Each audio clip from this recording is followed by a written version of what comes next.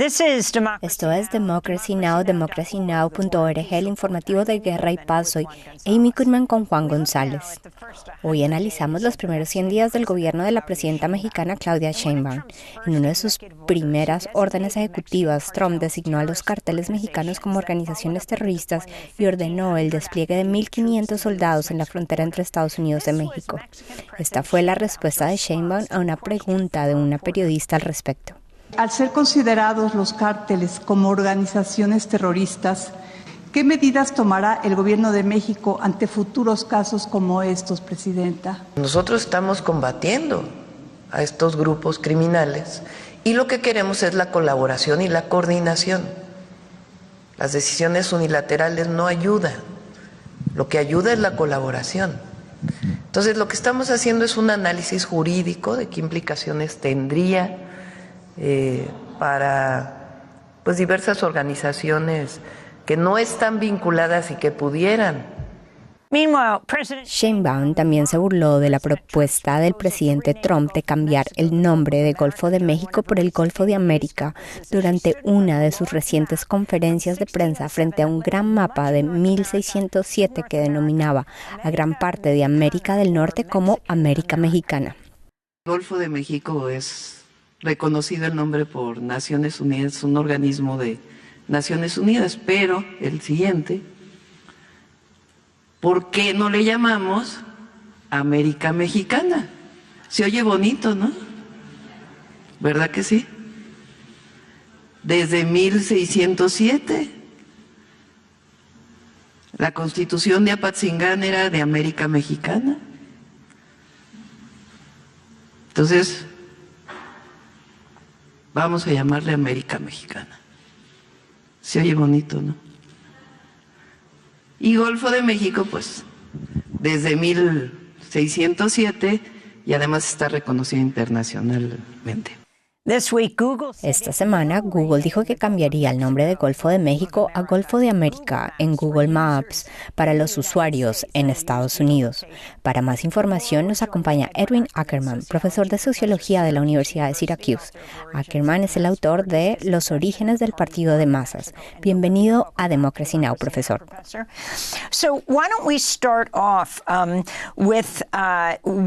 Empecemos con lo que Sheinbaum ha enfrentado hasta el momento. Ella es una científica climática, es la ex alcaldesa de Ciudad de México, la primera mujer en la presidencia de México y ahora enfrenta un gobierno de Trump que cambió el nombre del Golfo de México y lo que es más importante, generó toda una problemática migratoria.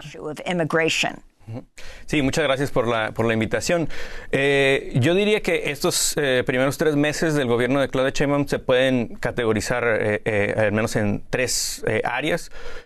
Una tiene que ver con en el frente doméstico, digamos, la serie de reformas constitucionales muy importantes que se han llevado a cabo. Hay que recordar que Claudia Sheinbaum tiene una posición bastante fuerte políticamente, con 2/3 de mayoría en el Congreso y el Senado, siguiendo el legado de una presidencia bastante popular como fue la de AMLO, y continuando con niveles de popularidad bastante altos. Entonces, eso por un lado en el frente doméstico. Al mismo tiempo, hay que mencionar que la cuestión de la violencia con el crimen organizado ha continuado. Obviamente es un tema que lleva bastantes años y aunque hay ciertos indicios de que, digamos, los índices de homicidio, por ejemplo, parecen estar bajando un poco relativamente, hay en varias regiones bastante violencia al nivel que ha paralizado inclusive algunas ciudades, en particular el caso de Culiacán, en Sinaloa. Y finalmente, como mencionabas tú, la cuestión de lidiar con Trump en este tiempo, ¿no? Desde antes de tomar posesión, Trump durante la campaña ya venía haciendo una serie de amenazas, con esta cuestión de una amenaza de tarifas, de aranceles, perdón, sobre la cuestión de fentanilo, la producción de fentanilo o no en México, y la cuestión de las deportaciones.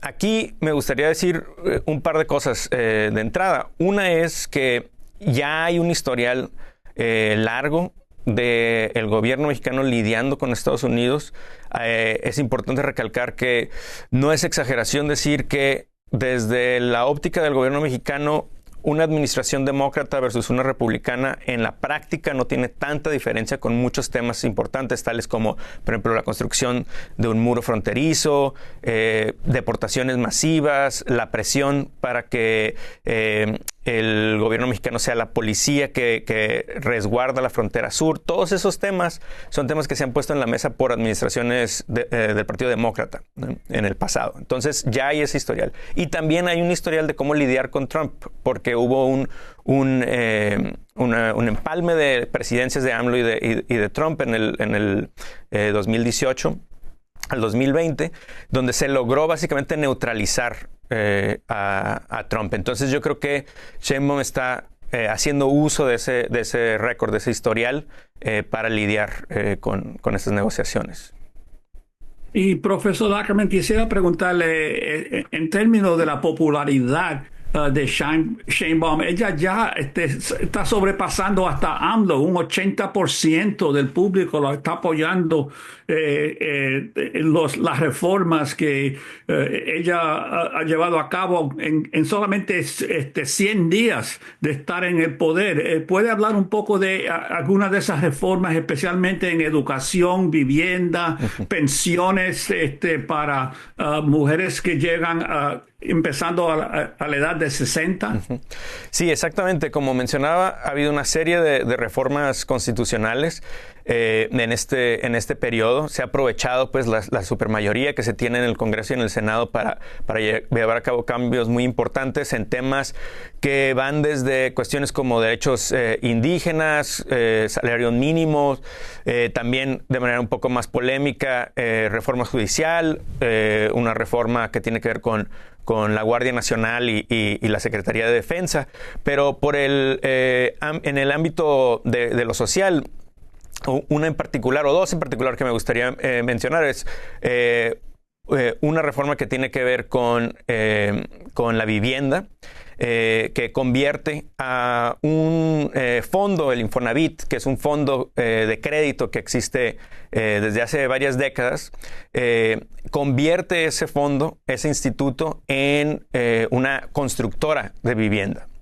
Entonces, le da un rol directo al Estado en la construcción de vivienda, con el plan de construir 1 millón de casas durante su periodo, ¿no?, que van a ser, obviamente, económicamente accesibles. El segundo punto que tú ya mencionabas es la reducción de la edad, en el caso de las mujeres, para acceder a la pensión. Una pensión que se instituyó durante el gobierno de AMLO, donde a partir de 65 años, de manera universal, todos los ciudadanos mexicanas tienen acceso a esa pensión. Con Sheinbaum, en el caso de las mujeres, esa edad se reduce a 60, el argumento siendo que históricamente las mujeres han tenido que llevar a cabo labores en el hogar, labores domésticas que no son remuneradas, que no han recibido un salario. Entonces, de alguna manera busca compensar por esa injusticia histórica.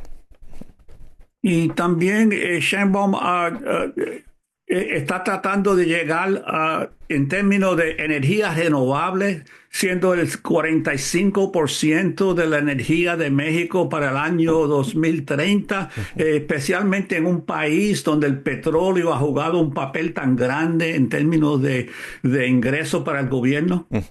Sí, exactamente. Como ya se mencionaba, creo que Claudia Sheinbaum tiene un pasado profesional que tiene que ver con el estudio del cambio climático, y es entonces, por obvias razones, un tema bastante importante para ella, y que marca también, digamos, cierto punto de diferencia entre ella y la administración pasada, en donde hay un esfuerzo mucho más activo para sentar las bases de una transición energética. Esto, hay que decirlo, en el plan de Sheinbaum involucra aún utilizar Pemex, utilizar el petróleo, los fondos que vienen del petróleo como un mecanismo que facilita financieramente esa transición. Pero sí, ha jugado un papel importante la idea de la transición energética.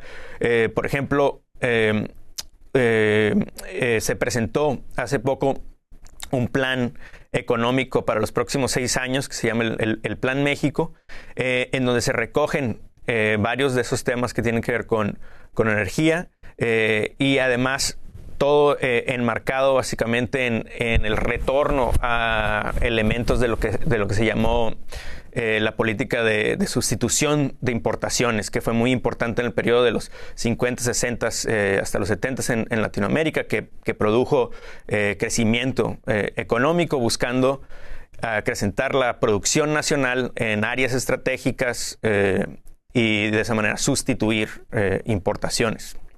Y en términos de combatir el narcotráfico y la violencia en México, ¿qué en estos primeros días de su administración usted ve como los logros o las faltas? Mira, es un problema bastante persistente. Hay que decir, obviamente, que precede a esta administración. Los niveles de violencia relacionados al narcotráfico se disparan en realidad en el 2008, 2009. Continúan en ascenso por todo ese periodo. Hacia el final del periodo de AMLO se empieza a ver cierto descenso, al menos en la velocidad de incremento de los homicidios. Es decir, algún efecto bastante moderado de una nueva política, pero hay que decirlo, la violencia continúa en niveles completamente dramáticos, escandalosos. Y ha sido el caso, lamentablemente, también durante estos 100 días. Como decía, hay algunos indicios de que hay una reducción relativa en homicidios, pero los números siguen siendo altísimos. Hay concentración regional bastante fuerte de violencia. Como mencionaba al principio, inclusive paralizando algunas ciudades. Caso de Culiacán también ha sido un problema reciente en el estado de Chiapas. Claudia Sheinbaum se ha hecho de quien fue el secretario de Seguridad durante su tiempo como alcalde de la Ciudad de México. Harfush es el nombre de él, en quien confía puede tener, como lo tuvo en la Ciudad de México, algunos resultados positivos, que pueda tener resultados positivos a nivel nacional. Todavía muy temprano para ver si ha tenido efecto. Profesor Ackerman, quiero preguntarle sobre un nuevo caso de un periodista mexicano muerto. Organizaciones de defensa de la libertad de prensa exigen que se inicie una investigación y que los responsables rindan cuentas tras el asesinato del periodista Alejandro Gallegos, cuyo cuerpo fue encontrado este fin de semana en el estado de Tabasco. Gallegos dirigía el medio de noticias La Voz del Pueblo. Sus seres queridos y colegas asistieron el domingo a su funeral. México es uno de los países más peligrosos para los periodistas. ¿Ha cambiado esto? Usted estuvo anteriormente hablando con nosotros sobre el legado de López Obrador y ahora estamos hablando de la presidenta Sheinbaum. Sí, como mencionas, lamentablemente la labor periodística es bastante peligrosa en México, particularmente si estás cubriendo el tema del narcotráfico. Y hemos visto en los últimos años muchísimos periodistas asesinados. Y de nuevo, generalmente periodistas que están tratando de cubrir el tema del narcotráfico. Hay programas de protección que están operando desde antes, que tienen, pues, como podemos ver claramente,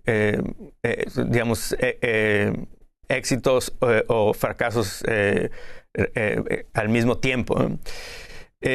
No creo que haya significativamente una diferencia en estos 100 días comparado con el periodo de AMLO.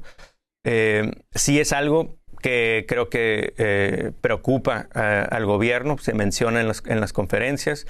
Hay esos intentos de crear un sistema de protección, pero pues la violencia relacionada con el narco sí rebasa el Estado en varias partes.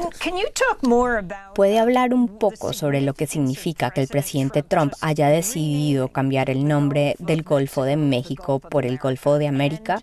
La presidenta Sheinbaum respondió con humor y dijo que dirían América, pero agregó, ¿por qué no le llamamos América Mexicana? Y luego Google, siguiendo la línea del gobierno estadounidense, ha dicho que usará la ubicación geográfica de los usuarios para que las personas en Estados Unidos que busquen esa área vean Golfo de América. Sí, bueno, o sea, digamos, es un comportamiento que a este punto ya sabemos que Trump opera de esa manera, digamos, creando esas confrontaciones públicas, cierto gozo, supongo, de crear formas de humillación simbólicas como esas. El trabajo difícil para el gobierno mexicano, para Claudia Sheinbaum, es mantenerse disciplinada y enfocada en los temas que tienen un peso real y, digamos, tomarse a la ligera y con humor, como mencionabas, lo más posible este tipo de actuaciones. Entonces sí, en las conferencias que da en la mañana se ha tocado el tema, hizo esa broma sobre nombrar a Estados Unidos por el nombre que existía por ahí de 1600 y un poco dejarlo de lado y no enfrascarse, ¿no? Mantenerse, como decía, enfocada y disciplinada con respecto a negociaciones diplomáticas pragmáticas y evadir confrontaciones públicas. En el caso de Google, pues me parece un ejemplo más de cómo lo hemos visto con Zuckerberg, con Bezos, con Musk presentes ahí en la toma de posesión, que hay un giro de ese sector de la economía a tratar de estar del lado bueno de la administración. Podemos intuir con obvios intereses económicos. Uh-huh. Y, profesor, quisiera preguntarle acerca de la inmigración mexicana a Estados Unidos y con estas deportaciones que está empezando ahora la administración de Trump. En la última década, el número de mexicanos indocumentados en Estados Unidos ha caído por un porcentaje grandísimo. ¿Por qué usted cree que eso está pasando? Y también cómo es que Sheinbaum ahora está preparando los centros de asistencia a la gente que la administración de Trump va a deportar. Sí, el primer punto que tocas es interesante mencionarlo porque es cierto que a partir de la crisis financiera de Estados Unidos del 2008, el número de migrantes mexicanos en Estados Unidos comenzó a descender al punto de que en algún periodo de los últimos 10, 15 años se llegó a lo que se llamaba, al menos en círculos académicos, como net zero, es decir, que la cantidad de gente que estaba viniendo de México versus la cantidad de gente que estaba regresando se equilibraba, ¿no? Entonces, ya no es, digamos, la situación del periodo en particular de los 90s, en particular de los 90s, en donde vimos millones de personas de México salir rumbo a los Estados Unidos. Pero también hay que decir que antes de este periodo de Trump ya ha habido experimentos de deportación masiva de mexicanos. Eso sucede en particular durante el tiempo de Obama, ¿no? Ciudades, por ejemplo, como Tijuana, yo soy originario de Tijuana, de la frontera. Se vieron convertidas, transformadas durante el periodo de Obama al recibir una cantidad muy significativa de deportados, ¿no? Entonces ya hay esa experiencia también. Hay que decir también que al menos hasta ahorita, obviamente es muy poco el tiempo de la administración de Trump. Al parecer, no ha habido significativamente un incremento en las deportaciones de mexicanos, al menos siendo recibidos en las áreas en donde tradicionalmente se reciben. Ya están operando un programa del gobierno mexicano para recibir a deportados, que incluye un poco de ayuda financiera, además de resguardo, albergues, y la posibilidad de transportarlos de regreso al lugar de donde son. Pero al parecer los números hasta ahorita no ha habido un cambio significativo.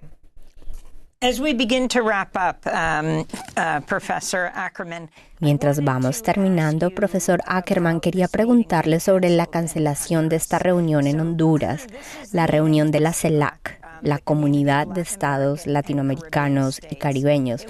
Fue convocada por la presidenta hondureña Xiomara Castro para resolver el conflicto entre Colombia, que rechazó 2 vuelos con inmigrantes, y Estados Unidos, pero finalmente ambos países llegaron a un acuerdo. ¿Fue a instancias de Estados Unidos que se canceló esta reunión o eso no tiene nada que ver?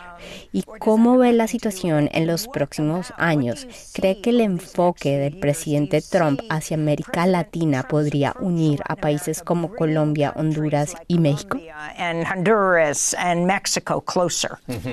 Sí, la CELAC es un gran ejemplo de los esfuerzos que se han creado más recientemente, y esto precede a Trump, a la administración de Trump, para coordinar políticamente y hasta cierto grado también económicamente a varios de esos países latinoamericanos.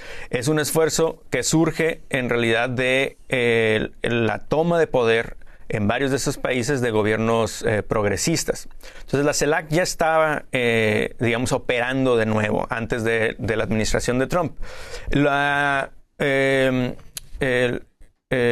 Xiomara es en estos momentos es por reglas internas de la CELAC, es quien preside la organización. Ella llama a esta conferencia de emergencia, esta junta de reunión de emergencia, después de la serie de confrontaciones públicas que conocemos de la semana pasada entre Petro y Trump. Y después se cancela una vez que, al parecer, la cuestión de las tarifas o los aranceles ya no está sobre la mesa y que se distenden las tensiones.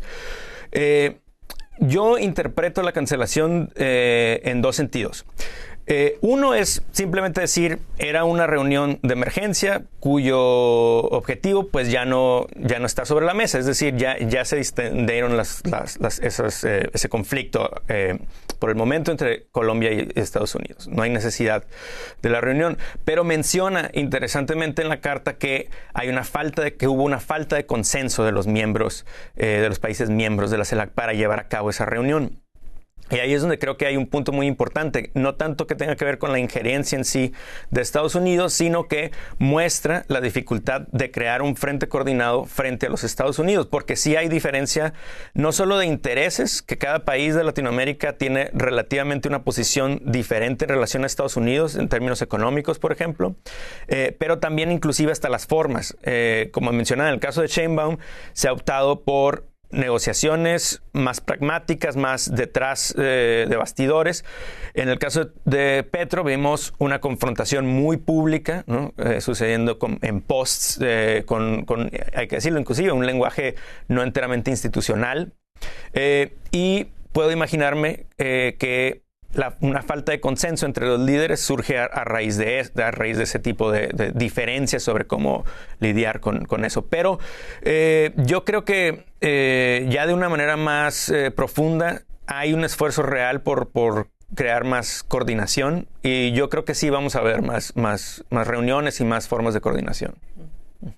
Y profesor Ackerman, quisiera preguntarle, no del nombre del Golfo de México, que eso para mí es más cómico que nada, pero algo más serio, la proclamación del presidente Trump que él quiere recuperar el canal de Panamá para los Estados Unidos y ocuparlo de nuevo. ¿Qué ¿Qué piensa usted ha sido la reacción de Sheinbaum y también de los otros gobiernos de América Latina en términos de este pronunciamiento?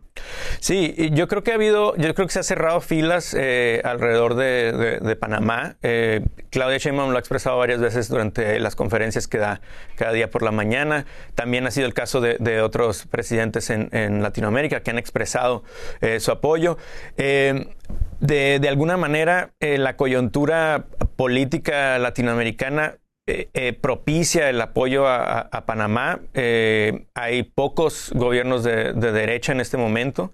Los hay, obviamente, pero hay se puede hablar inclusive pues, de una segunda o tercera oleada de gobiernos progresistas. Entonces, claro, pone un test sobre los niveles de coordinación, en qué puntos puede haber consenso, pero creo que hacia esa dirección está yendo. Entonces yo sí veo que la tendencia es que Trump está generando cierto interés en una cohesión más fuerte dentro de Latinoamérica.